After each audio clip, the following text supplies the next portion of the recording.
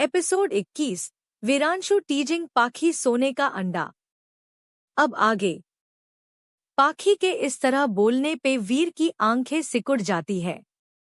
पाखी ने उसे इग्नोर किया और बाहर निकलने लगी क्योंकि उसके कपड़े उसके शरीर से चिपक गई थी, इसीलिए उसे शर्म महसूस हो रही थी। हालांकि उसने वीर को काफी कुछ बोल दिया था, लेकिन वही जानती थी कि उसने ये सब उसने वीर की नजरों की तपिश से बचने के लिए बोला था, वरना तो उसकी हालत शर्म के मारे बहुत खराब थी। उसने जैसे ही बाहर की तरफ कदम बढ़ाया, उसे महसूस हुआ कि वो किसी ने उसकी कमर को पकड़ के रखा है। पाखी को समझते देर नहीं लगी कि ये कोई और नहीं वीर ही है। एक तो उसका कपड़ा उसे बदन से चिपका हुआ था और दूसरा वीर का अपर बॉडी बिना कपड़ों के था। इसको तो अपनी स्थिति पे रोना आ रहा था। ये वीर एक नंबर का बेशर्म है। मिस्टर ठाकुर, आपको नहीं लगता आप बेशर्मी पे उतर आए हैं? ये सब एक इतने बड़े बिजनेसमैन को शोभा नहीं देता।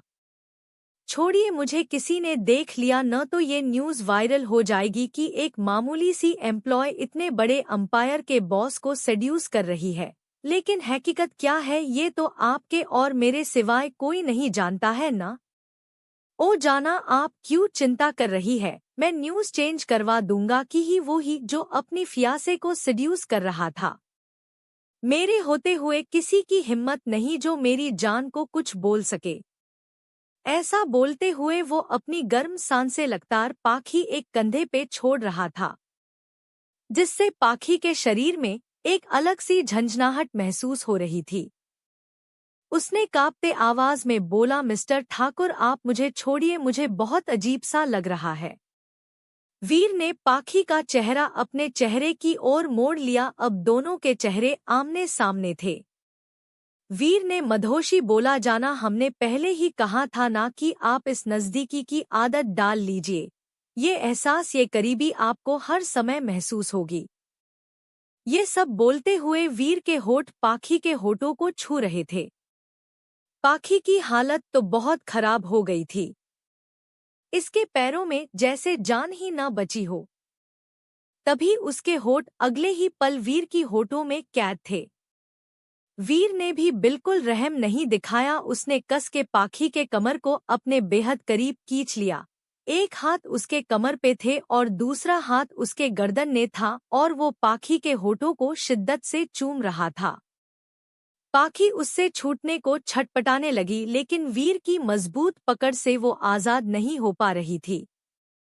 वो इन 2 दिनों में जान गई थी कि ये बंदा करेगा अपने मन की ही, और जब तक उसका मन नहीं भर जाएगा वो उसे छोड़ेगा नहीं। इसीलिए पाखी ने स्ट्रगल करना छोड़ दिया। कुछ देर के बाद पाखी की सांसें घुटने लगी थी। उसने सोचा, लगता है मेरे प्राण इस किस से निकलने वाली है। कितनी अफसोस की बात है कि दुनिया की पहली लड़की होगी वो जिसकी जान किस करते वक्त गई हो। और चिंपांजी सच में बहुत बड़ा हवसी है, जब से मिला है जब देखो तब मेरे होठों को ही चबाने में लगा रहता है। उसे सच में सांस नहीं आ रही थी। लेकिन तभी वीर ने उसे छोड़ दिया, जिससे पाखी जल्दी जल्दी सांसें लेने लगी। जैसे ही उसकी सांसें नॉर्मल हुई, जंगली इंसान, तुम्हें मेरे होठों से दुश्मनी है क्या? जब देखो सुझा देते हो। देखो, मैं बता रही हूँ, अगर तुम्हें ये सब छिछोरी हरकतें करनी है ना तो जाके अपनी बीवी साथ करो, समझे। वो आगे कुछ बोलती, एक बार फिर से उसकी बोलती बंद हो गई क्योंकि एक बार फिर से वीर ने अपना कब्जा उसके होठों पे कर लिया था। और इस बार पाखी को अपने नीचे कुछ महसूस हुआ, जिससे उसकी आंखें बड़ी हो गई और वो बड़ी हुई आंखों से वीर को देख रही थी, जिसकी आंखें बंद थी और वो इस किस में खोया हुआ था। इधर पाखी की बॉडी पूरी फ्रिज हो गई थी। उसने जरा सा भी हिलने की हिम्मत नहीं की। वीर ने उसे छोड़ दिया और पाखी का सर अपने सीन पे टिका लिया। उसने पाखी के कानों में मधोशी से बोला, ओह जाना, अब तो लगता है तुम्हें अपने पास हमेशा के लिए लाना ही पड़ेगा। गहरी सांसें लेने की वजह से पाखी का सीना ऊपर नीचे हो रहा था, जो वीर की हालत और खराब कर रहा था। उसने अपनी आंखें बंद की और पाखी को अपने गोद में उठा लिया और उसे पूल के बाहर लेके आया।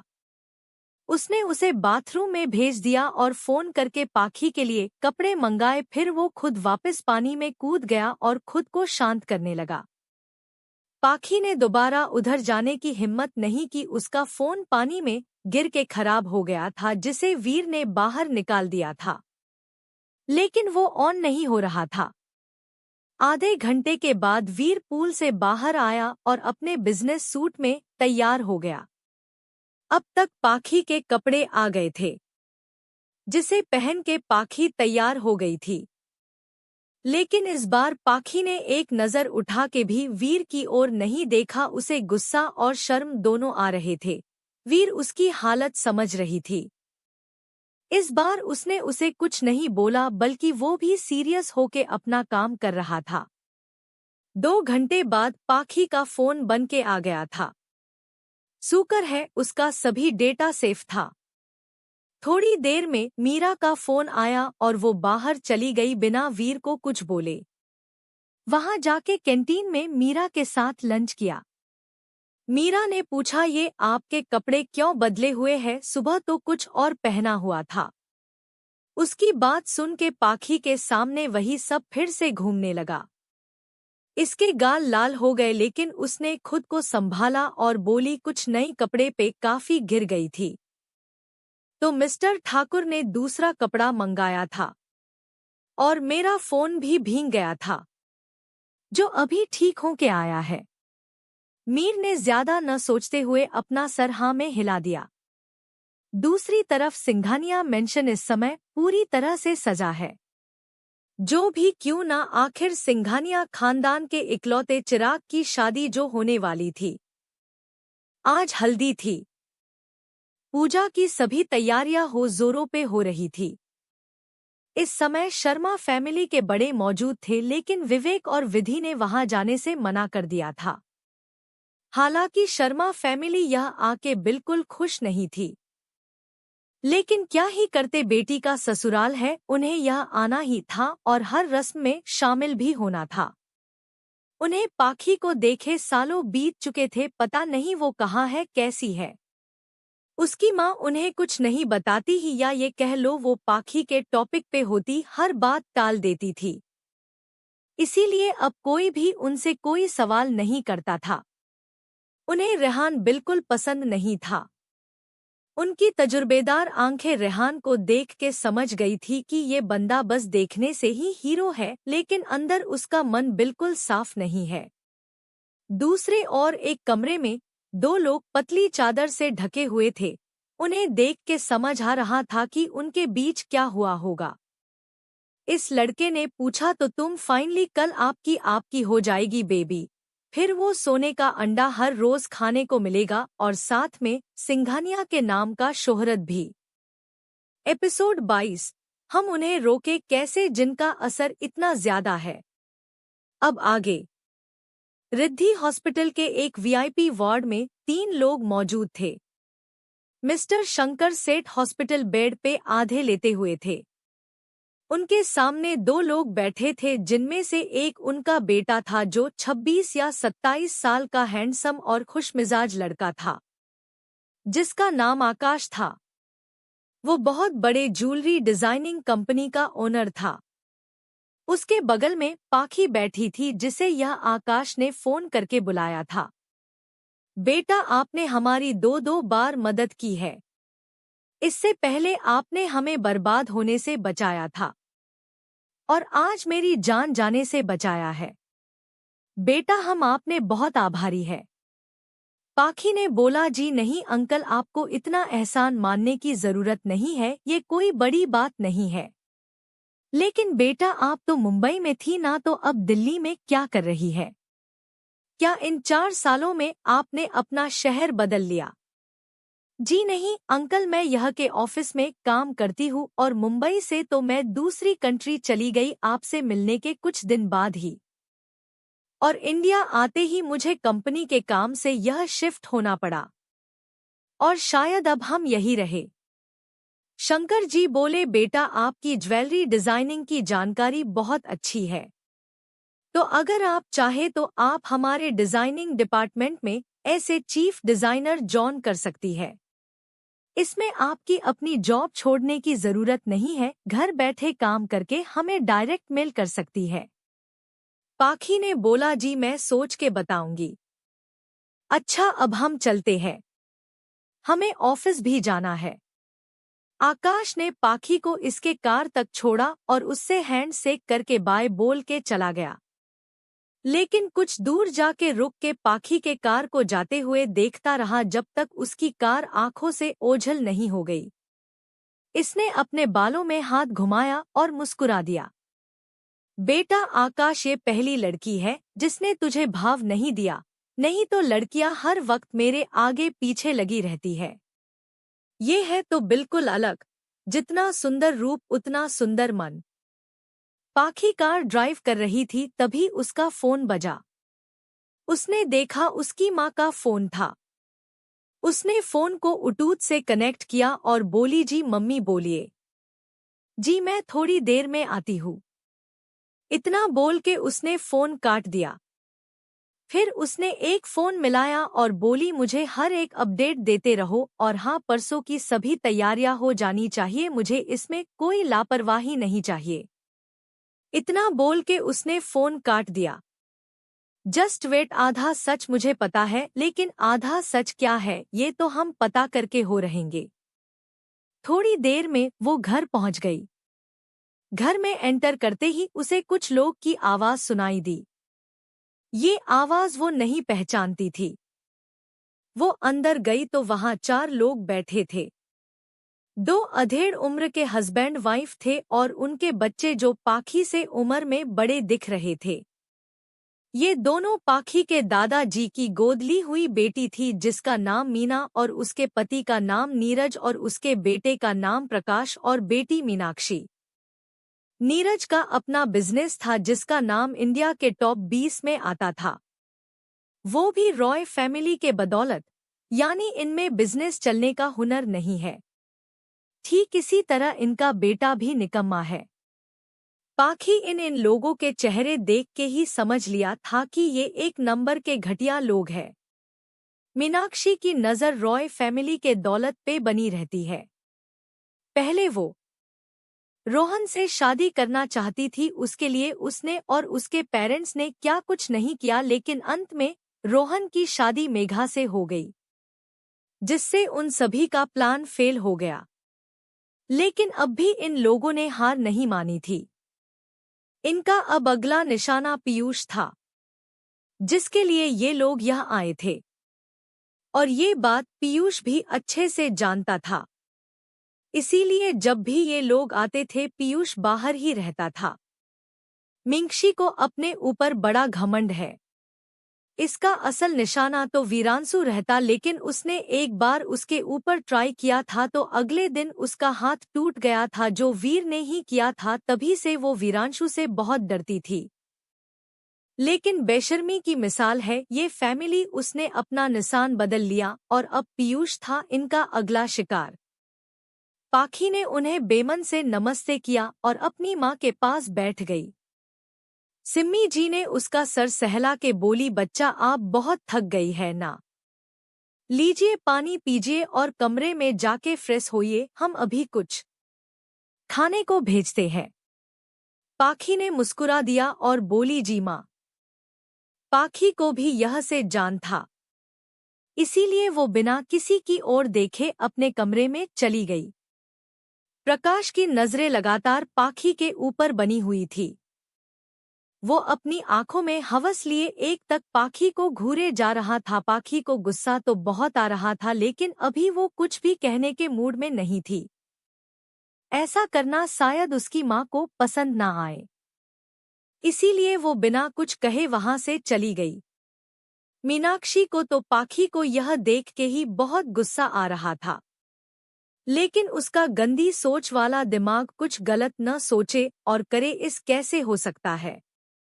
इतने ही देर में उसने पाखी और अपने खूबसूरती को कंपेयर भी करना शुरू कर दिया। मीनाक्षी देखने में अच्छी थी, लेकिन उसकी नजरें और नजरिया दोनों बहुत गंदे थे। ये सब जेनेटिक था। कहते हैं बच्चे अपने माँ बाप को ही देख के सीखते हैं। वही हाल यह भी था। कुछ ही देर में तीनों भाई भी आ गए। इस बार पीयूष को पता था कि उसके एडिप्टेड बुआ की फैमिली आई है, लेकिन फिर वो आया था अपनी बहन के लिए कि कहीं उसकी बहन को योग बुली न कर सके। तीनों भाई साथ में हीरो जैसे जैसे लग रहे थे। वाकई रॉय फैमिली के जीन्स बहुत अच्छे थे। उन तीनों ने उन सभी को पूरी तरह इग्नोर किया और अपने अपने रूम में चले गए। वो तीनों ही इस बुआ को बिल्कुल पसंद नहीं करते थे। इस बारे में उनके परिवार वाले कुछ नहीं कह सकते थे, क्योंकि वो भी उनके स्वभाव से परिचित थे। शाम के समय वीर अपने कमरे के बालकनी में खड़े होकर सिगरेट पी रहा था और एक तक आसमान को देख रहा था। इसके आंखों के सामने बार बार पाखी के साथ बिताए हुए पल घूम रहे थे। उसने अपने हाथ को सीने पे ले जाके जोर से मसला और झल्ला के बोला, ये आप बिल्कुल ठीक नहीं कर रही है फ्यूचर मिसीज वीर, मेरी तलब बत्ती ही जा रही है। अब हम उन्हें रोके कैसे जिनका असर हम पे इतना ज्यादा है। जाना जाना जाना, अब ये तलब आपको भी महसूस करनी ही होगी और वो मैं करवा के ही रहूंगा। आपको जितना दूर भगाना है भागिए, जितना तड़पना है तड़पाइए, लेकिन वादा है इस वीरांशु ठाकुर का आपसे कि आपसे हर तलब का बदला लिया जाएगा और बखूबी लिया जाएगा। कल सुबह तैयार रहिएगा, आ रहे हैं आपको अपना बनाने का पहला सीढ़ी चढ़ने। उसने अपना फोन निकाला और फोन घुमाया। कुछ बात करने के बाद वो अंदर आके बिस्तर पे लेट गया। लेकिन मजाल है जो कमबख्त नींद आ जाए। आंखें बंद करते ही पाखी का गुस्से से लाल चेहरा दिखे लगता था, जो वाकई बहुत क्यूट लगता था। उसकी बदन से आती वो नेचुरल खुशबू उसे हर बार मदहोश कर देती थी। एपिसोड 23। पाखी का करारा जवाब मीनाक्षी को। ऐसे कपड़े जो छुपा कम दिखा ज्यादा रहे हैं। अब तक जाना जाना जाना, अब ये तलब आपको भी महसूस करनी ही होगी और वो मैं करवा के ही रहूंगा। आपको जितना दूर भगाना है भागिए, जितना तड़पना है तड़पाइए, लेकिन वादा है इस वीरांशु ठाकुर का आपसे कि आपसे हर तलब का बदला लिया जाएगा और बखूबी लिया जाएगा। कल सुबह तैयार रहिएगा, आ रहे हैं आपको अपना बनाने का पहला सीढ़ी चढ़ने। उसने अपना फोन निकाला और फोन घुमाया। कुछ बात करने के बाद वो अंदर आके बिस्तर पे लेट गया। लेकिन मजाल है जो कमबख्त नींद आ जाए। आंखें बंद करते ही पाखी का गुस्से से लाल चेहरा दिखे लगता था, जो वाकई बहुत क्यूट लगता था। उसकी बदन से आती वो नेचुरल खुशबू उसे हर बार मदहोश कर देती थी। अब आगे मीनाक्षी और उसके पेरेंट्स गेस्ट रूम में रुके थे। हालांकि रॉय मेंशन में का रो की कोई कमी नहीं थी, लेकिन सिम्मी जी उन्हें हमेशा गेस्ट रूम में ही रुकाती थी। उन लोगों को उन सभी का यह आना बिल्कुल अच्छा भी लगता था। कहीं न कहीं दादाजी भी ये बात अच्छे से जानते थे, इसीलिए वो भी कुछ नहीं बोलते थे। दरअसल मीना उनके दोस्त की बेटी थी, जिसने मरते समय मीना की जिम्मेदारी उन्हें दी थी। वो उसे बहुत प्यार भी करते थे, लेकिन उसके आने से बहुत कुछ होने लगा था।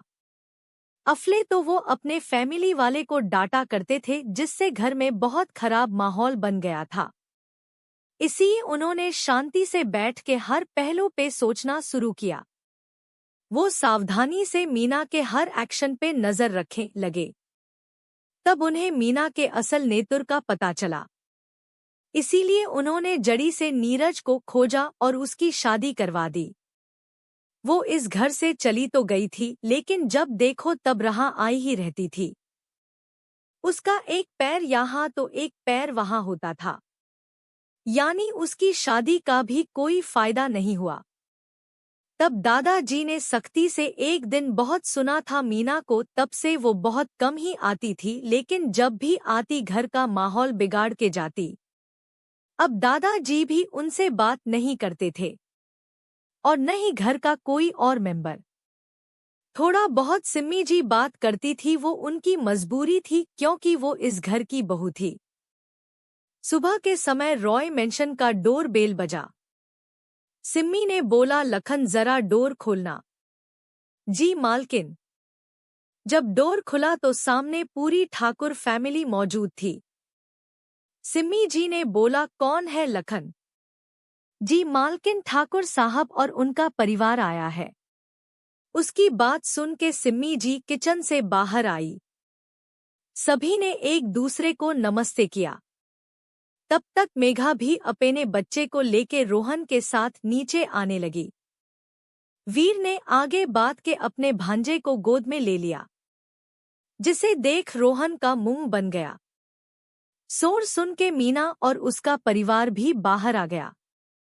मीना को तो वीर को देख के ही डर लग रहा था, लेकिन वीर की हैंडसम फेस और पैसे और रुतबे को देख के वो अपने आप को उसके आगे पीछे घूमने से रोक नहीं पाती थी। उसने छोटे कपड़े पहन के जाके सबको बड़े सम्मान से नमस्ते किया। और उसके नमस्ते में कितना सम्मान था ये तो वही जाने। उसे देख के सभी ने इग्नोर कर दिया। अब तक नीरज और मीन और प्रकाश भी आ गए थे। तभी सीढ़ियों से तीनों भाई बहन एक साथ उतार के आने लगे। अगल बगल मयंक और पीयूष थे, बीच में जीन्स और टॉप पहने पाखी थी, उसके ऊपर उसने ब्लेजर पहन रखा था और अपने भाइयों से कुछ बात करते हुए आ रही थी। तभी उसका फोन आया। ये फोन उसके में ऑफिस से था। उसने फोन रिसीव किया और बात करने लगी। लगभग 5 मिनट बाद उसने फोन रखा। मीनाक्षी ने बोला, लगता है तुम्हारे दत्तक पिता और माँ ने संस्कार नहीं सिखाए कि जब घर पे कोई मेहमान आया है तो उन्हें ग्रीट करते हैं।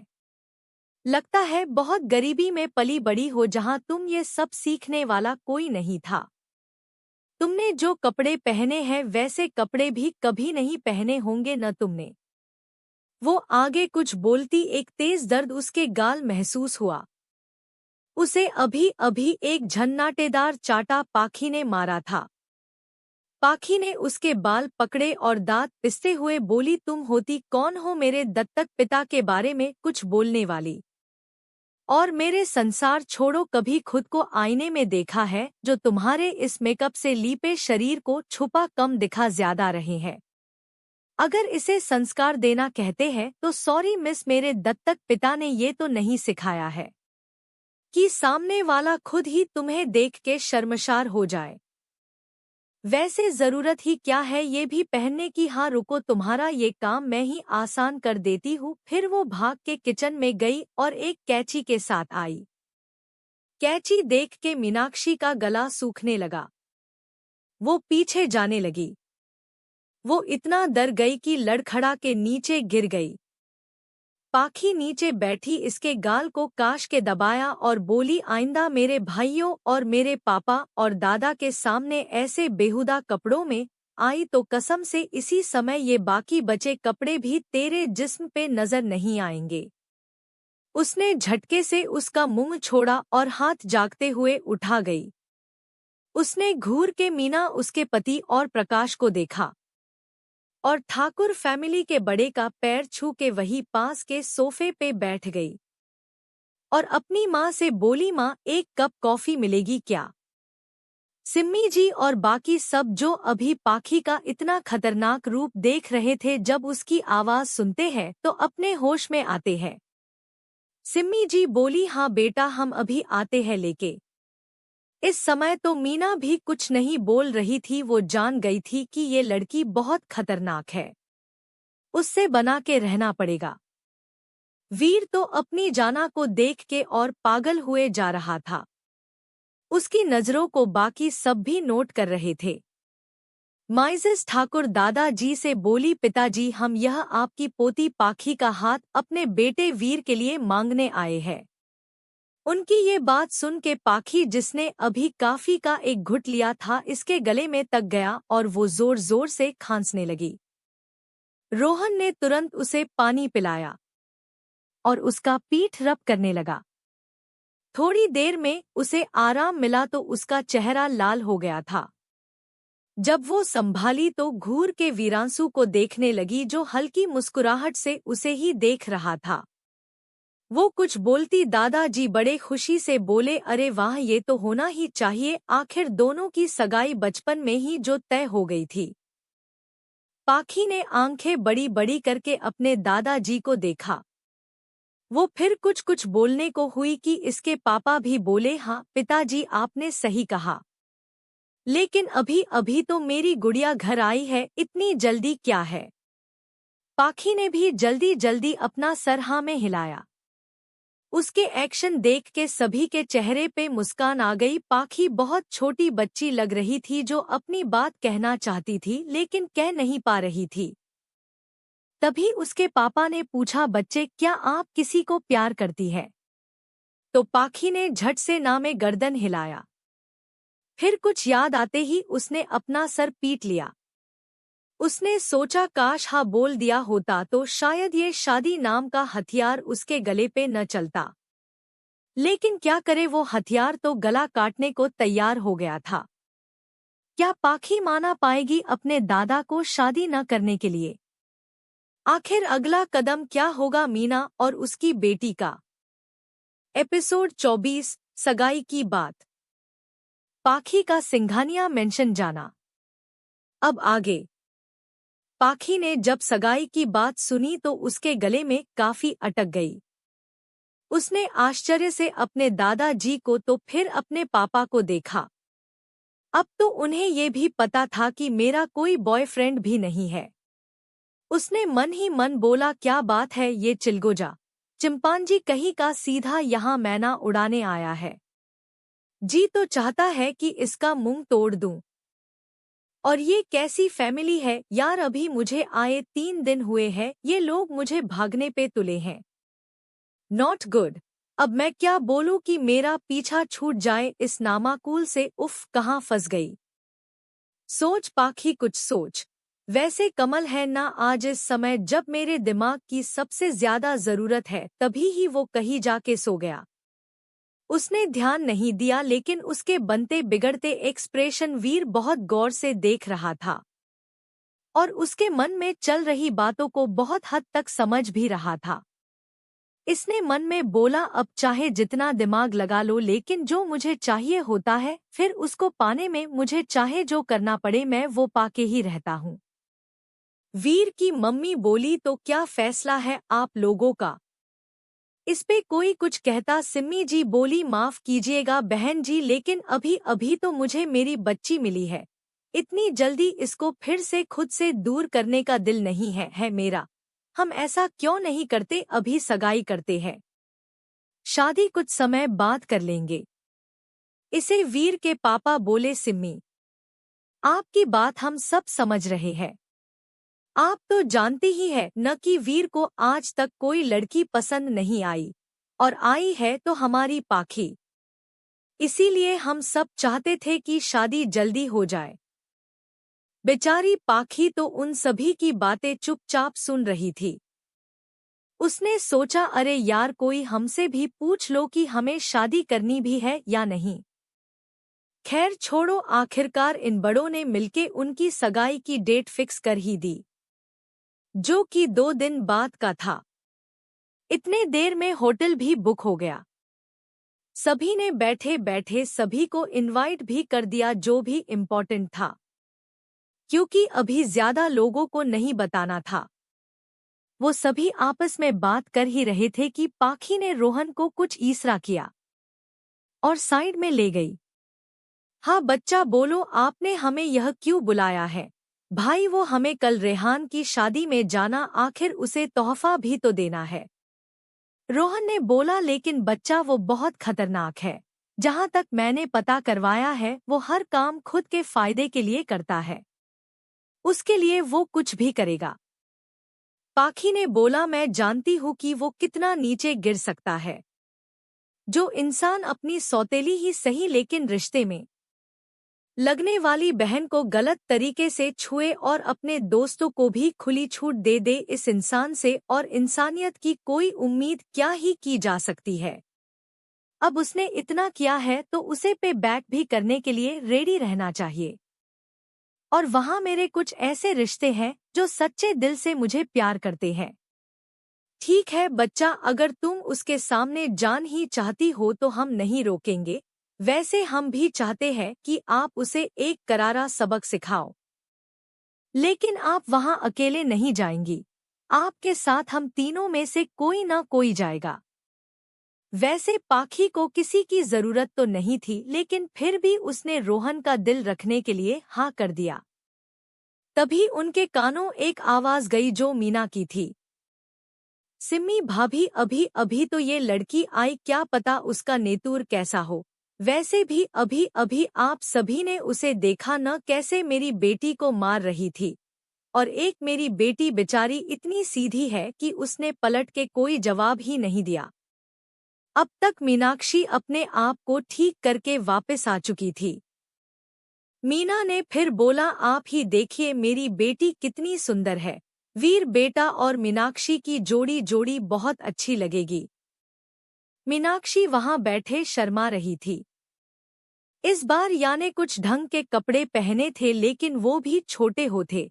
पाखी ने उस पे ध्यान नहीं दिया, बल्कि एक फोन रिसीव करके बाहर चली गई। अंदर जाने के लिए पीछे मुड़ी तो किसी के सख्त सीने से टकरा के नीचे गिरती उसके पहले वीर ने उसे पकड़ लिया। उसे अपने बाहों में भर के बोला, जाना, अब तो हमारी सगाई होने वाली है। अब तो हमारा राइट आपके ऊपर हो ही जाएगा। और रही शादी की बात तो वो भी बहुत जल्दी होगी। उसकी इस बात पे मेरे पीछे क्यों पड़े हो? अंदर एक लड़की और है जो आपस से शादी करने को मारी जा रही है। जाके उसका हाथ थाम लो, लेकिन प्लीज मुझे बख्श दो। सच में पाखी अभी शादी जैसे चीजों को हैंडल करने के लिए मेंटली प्रिपेयर नहीं थी। इसका मकसद कुछ और था। उसका अपना जो पिछले जन्म में अधूरा रह गया था उसको पूरा करना है। जाना, बार बार मुझसे दूर जाने के बारे में मत सोचा करो, समझी? इससे मेरा गुस्सा और बढ़ेगा। मिसेस ठाकुर तो आप ही बनेगी और ये बात कोई बदल नहीं सकता। और उसी के माथे को प्यार से चूम लिया और उसका हाथ पकड़ के अंदर ले आया और बोला, पाखी चाहती है सगाई और शादी जल्दी हो जाए। उसकी ये बात सुन के पाखी ने हैरानी से आंखें बड़ी करके वीर को देखने लगी। वो कुछ बोलती कि वीर ने गला वार किया। हम चाहते हैं कि ये शादी जल्दी हो जाए, क्योंकि उसके बाद हम दोनों को मिले बहुत बड़े प्रोजेक्ट पे काम करना है, जिसमें लगभग 3 महीने से ऊपर लग सकता है। और तब हम कोई शादी नहीं कर पाएंगे। पाखी को तो कुछ कहने का मौका ही नहीं मिल रहा था। ये बात वहां मौजूद 3 लोग देख रहे थे और उन्हें वीर के उतावले पैन पे बहुत हंसी आ रही थी। मतलब आज वीर को देख के कोई कह ही नहीं सकता कि ये वही इंसान है जिसे कभी किसी चीज से फर्क नहीं पड़ता। वो आज पाखी के लिए इतना ज्यादा बोल भी रहा है और हक से पाखी का हाथ पकड़ के भी खड़ा है। खैर, सब कुछ सेटल हो जाने के बाद ठाकुर फैमिली वहां से सगुन का सामान पाखी के झोली में डाल के उसको चूनर उड़ा के जा चुकी थी। शगुन में उसे एक आलीशान विला के पेपर उसके नाम से मिला था। ये सब देख के मीना और उसका परिवार जन भून के देख रहा था। किसी ने मीना के फैमिली पे कोई ध्यान नहीं दिया और अपने अपने कमरे में चले गए। कल पाखी को सिंघानिया मेंशन जाना था, जिसके बारे में उसने पहले ही बात कर ली थी। उसके साथ पीयूष और मयंक दोनों जाने वाले थे। अगले दिन पाखी तैयार होके नीचे आ रही थी। उसने आज इंडियन वियर पहना था, ब्लू कलर की अनारकली सूट। वो आई और सिम्मी जी के गले लग गई। सिम्मी जी ने बोला, आज आप बहुत सुंदर लग रही हैं बेटा। और उन्होंने अपनी आंख का काजल प्री के कान के नीचे लगा दिया। उन्होंने पाखी का चेहरा अपनी हथेली में भर के बोला, बच्चा ध्यान से, वो लोग सही लोग नहीं है। वो जितने दिखते हैं उससे कहीं ज्यादा जमीन में गड़े हैं। पाखी ने उनका हाथ पकड़ के चूम लिया और बोली, डोंट वरी, आपको बेटी इतनी कमजोर नहीं है। मुझे मेरे दत्तक पिता जिन्होंने ने मुझे पाला प्यार दिया काबिल बनाया, उनको बिना इंसाफ दिलाए उनका कर्ज कैसे उतराऊंगी। उन्होंने तो अपनी जिंदगी ही मेरे पीछे सेक्रीफाइस कर दी। ये सब उसने पाखी की जिंदगी में देखा था कि उसे सिवाय उनके कोई प्यार से बात तक नहीं करता था। सिम्मी जी को अपने बेटी पे बहुत प्यार आ रहा था। इसके पापा ने भी उसके सर को सहलाया, बस इतना ध्यान रहे आप सही सलामत हमें चाहिए। इसे पाखी ने मुस्कुरा के जा बोल दिया। सिवाय पाखी के किसी को कोई फर्क नहीं पड़ा, शायद वो जानते थे कि ये लोग कौन है। अब तक मयंक और पीयूष भी वहां आ गए। तीनों ने नाश्ता किया और बाहर निकल गए। उनकी कार कुछ ही दूर गई होगी कि उनके आगे गाड़ियों झुंड आके खड़ा हो गया। एपिसोड 25। क्या खूब जोड़ी है रॉकिंग एंट्री ऑफ पाखी एंड वीरांशु। अब तक पिछली भाग में हमने पढ़ा कि पाखी अपने दोनों भाइयों के साथ सिंघानिया मेंशन की ओर निकल गई थी, लेकिन रास्ते में ही कुछ गाड़ियों ने उनकी गाड़ियों का काफिला रोक दिया। पाखी को तो कुछ समझ ही नहीं आ रहा था कि यह कौन है जो उसका रास्ता रोक के खड़ा है। अब आगे पाखी कार में बैठी थी, लेकिन इसके दोनों भाई दोनों तरफ का गेट खोल के बाहर आके खड़े हो गए और सामने की कार को देखने लगे। तभी बीच वाली गाड़ी का दरवाजा एक गार्ड ने बड़े रिस्पेक्ट से खोला। उसमें से चमचमाती जूते की जोड़ी निकली। जब उसका चेहरा नजर आया तो पीयूष और मयंक को कुछ फर्क नहीं पड़ा, लेकिन पाखी का मुंह बन गया और उसने अपना सर पकड़ लिया। आखिरकार पाखी ने भी अपना पैर बाहर की ओर निकाल हो दिया। अब चारों लोग आमने सामने थे। ये महाशय और कोई नहीं, मोस्ट एलिजिबल खड़ूस बैचलर वीरांशु ठाकुर थे। मयंक ने पूछा, क्या बात है फ्यूचर जीजा जी, आप यहाँ? आप तो बहुत बिजी रहते हैं। मयंक की बातों का कोई जवाब न देते हुए वीरांशी सीधा पाखी के सामने गया और उसका हाथ पकड़ के अपनी गाड़ी की ओर ले जाने लगा। पाखी ने कहा, अरे छोड़िए मुझे मिस्टर ठाकुर, मुझे कहीं जान है। लेकिन मजाल है जो वीरांशु ने उसकी क्रिस बात का जवाब दिया हो। पाखी ने अपना हाथ छुड़ाने की कोशिश तो बहुत की, लेकिन कोई फायदा नहीं था। अब कार में केवल पाखी, वीर और ड्राइवर था। पाखी घिर के वीर की ओर देख रही थी, लेकिन वीर आराम से अपना काम किए जा रहा था। पाखी ने इसकी इस हरकत ले अपना दांत पीस लिया और चीड़ के खिड़की के बाहर देखने लगी।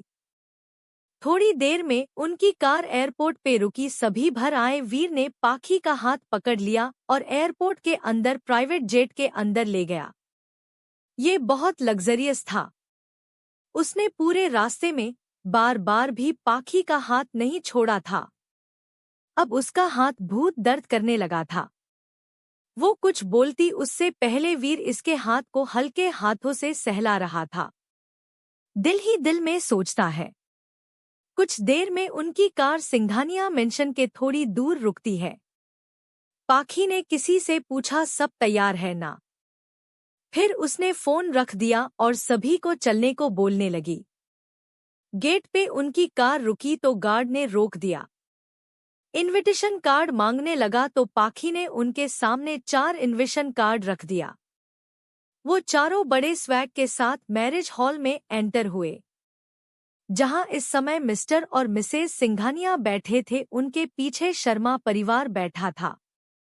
पाखी पे किसी की नजर नहीं गई, लेकिन नैना की मम्मी, जिनका रेहान की शादी देखने का मन नहीं था, इनकी नजर पाखी पे पड़ गई। वो झट से उठी और पाखी के पास गई। वो उन्हें छू पाती, मयंक ने उन्हें रोक दिया। पाखी ने मयंक को पीछे किया और मामी के गले लग गई। यही तो वो लोग थे जिन्होंने उसे अपनापन महसूस करवाया था। कहाँ थी मेरी बच्ची? पिछले 4 सालों से हम सब कितना परेशान थे। अगर कोई परेशानी थी तो अपने मामी को बता देती। तुझे देखने को मेरी आंखें तरस गई थी बेटा। पाखी ने बोला, सब बताऊंगी मामी, सब कुछ बताऊंगी। आप जाके बैठिए, मैं वादा करती हूँ आप सभी के सवालों के जवाब दूंगी। तब तक नैना और विवेक की नजर भी पाखी पे पड़ गई थी। वो दोनों भी भाग के पाखी के पास पहुंच गए। नैना ने जोर से गले लगा लिया और शिकायत करते हुए बोली, मैं तुझे बहुत नाराज हूँ। अगर कहीं गई थी तो मुझे भी ले जाती अपने साथ। मैं तुम्हें कभी माफ नहीं करूंगी। विवेक ने भी पाखी के सर पे प्यार से हाथ रखा और बोला, गुड़िया, अपने भाई को भी एक बार फोन नहीं किया। कहाँ थी तुम? पाखी ने खुद को संभाला और बोली, आप सब अपने जगह पे जाके बैठिए, मैं बाद में बात करती हूँ। जहां रेहान पारुल के मांग में सिंदूर डाल के मंगलसूत्र पहना रहा था, पंडित ने बोला, आप दोनों की शादी संपन्न हुई, आज से आप दोनों पति पत्नी हैं। रेहान के चेहरे पे इस शादी को लेके कोई भाव नहीं। पंडित के ये बोलते ही रेहान और पारुल खड़े हो गए। वो झुक के पंडित का पैर छूते की लाइट ऑफ हो गई और एक बड़ी सी स्क्रीन पे एक फुटेज चलने लगी, जहां पारुल के अलग अलग आदमियों के साथ इंटीमेट वीडियो चल रही थी। जब वो खत्म हुई तो रेहान के कई इल्लीगल कामों का फुटेज चलने लगा। उसके बाद पाखी के साथ किए गए टॉर्चर का वीडियो भी चलने लगा। रेहान ने चिल्ला के बोला, अभी के अभी ये सब तमाशा बंद करो। उसने अभी तक पाखी को नहीं देख था। उसने जाके इस स्क्रीन का कनेक्शन निकाल दिया। हर तरफ सन्नाटा फैला हुआ था। इस समय रेहान के शादी का लाइव वीडियो चल रहा था। रेहान ने अपने गार्ड्स को बोल के सभी रिपोर्ट्स को बाहर कर दिया, लेकिन क्या फायदा, देश ने वो सभी वीडियो अच्छे से देखी थी, जिसे हटाना में समय लगता, लेकिन पाखी ऐसा होने नहीं देती। हर तरफ लोग अभी भी सदमे में इन वीडियो के बारे में सोच रहे थे कि तभी उस सन्नाटे को चीरती तालियों की आवाज सुनाई दी। अब जाके सभी का ध्यान पाखी पे गया था। रेहान ने जब पाखी को देख तो उसके चेहरे पे खुशी और गुस्सा साफ दिखाई दे रहा था। उसने बिना किसी परवाह के पाखी की तरफ अपने कदम तेज कर दिए। वो पाखी को छू पता उसके आगे चट्टान के जैसे उसके दोनों भाई खड़े हो गए, जिसे देख के रेहान का खून खौल गया। रॉय ब्रदर्स को अपने सामने देख के रेहान को कुछ समझ नहीं आ रहा था। रेहान ने बोला, देखिए मिस्टर रॉय, मैं मेरी स्टेप सिस्टर से मिलना चाहता हूँ। उसके इस शब्द को सुनते ही मयंक ने एक जोर का घुसा उसके मुंह पे मारा। उसने इसका कॉलर पकड़ के बोला, बहन, तेरे मुंह से ये शब्द अपवित्र हो जाएगा। अभी तुझे याद आया कि वो सौतेली ही सही लेकिन बहन थी, तब तेरे जुबान उसके बारे में अश्लील शब्द बोलते हुए काम पे नहीं। तेरे ये हाथ उसके दामन की तरफ बढ़ते हुए कट के गिर नहीं गए। अगर उसने हिम्मत करके खुद को बचाए नहीं होता या वो कमजोर होती तो तू उसके साथ क्या करता, ये तू भी अच्छे से जानता है। रेहान ने झटके में अपना कॉलर मयंक के पकड़ से छुड़ाया और बोला, ये बेमतलब का वीडियो दिखा के तुम कुछ साबित नहीं कर सकते, और वैसे भी ये बात हम दोनों के बीच की है। पाखी मेरे सामने आई, ऐसे छुपो मत, मैंने सालों से तुम्हें खोजा है और आज जाके तुम मुझे मिली हो। आओ मेरे पास। रॉय ब्रदर्स के बीच से पाखी बाहर आई और इन दोनों के एक एक हाथ पकड़ के खड़ी हो गई और बोली, तुम और भाई, क्या मजाक है? तुम्हें मेरे भाइयों से मिलना है ना? ये दोनों है मेरे बायोलॉजिकल भाई जो कि मेरे रक्षक है, ना कि तुम्हारे जैसे भक्षक। और आज यह हम तुम्हें तोहफा देने आए थे। उम्मीद है तोहफा अच्छा लगा होगा। हाँ, थोड़ा तूफानी था लेकिन बढ़िया था। Happy happy married life. वैसे क्या खूब जोड़ी है, एक राक्षस के साथ चुड़ैल। Not bad, not bad. फिर अपने पास से एक रेड एनवेलप निकाल दे दी और बोली, ये तोहफा रॉय फैमिली की ओर से। रेहान ने कार्ड देखा तो ये मालदीव की एक हफ्ते की होटल की बुकिंग थी, जिसे देख के रेहान ने पाखी को देखा जिसके चेहरे पे डेविल स्माइल था। कुछ तो चल रहा था पाखी के दिमाग में, लेकिन क्या आज रेहान भी समझ नहीं पा रहा था। रेहान की माँ आगे आई और गुस्से से पाखी को भला बुरा बोलने लगी, लेकिन पाखी ने उन्हें बुरी तरह इग्नोर कर दिया और उन्हें क्रॉस करके वहां गई जहां नाना नानी के पास उनके कदमों में बैठ गई। क्या पाखी को सच्ची में कुछ हो गया? क्या करेगा वीर? रेहान पारुल के अफेयर को जान के क्या करेगा? अब तो पाखी रेहान के सामने है तो रेहान अब क्या करेगा? पारुल के हाथ में गन देख के सभी घबरा गए। वो कुछ बोलते पारुल ने ट्रिगर दबा दिया और फायर की आवाज आई। वो कुछ कहती उससे पहले पारुल ने हाथ में गन लेके पाखी के सर पे रख दिया। घटिया लड़की, तूने मेरी शादी बर्बाद कर दी है। तुझे तो मैं छोड़ूंगी नहीं।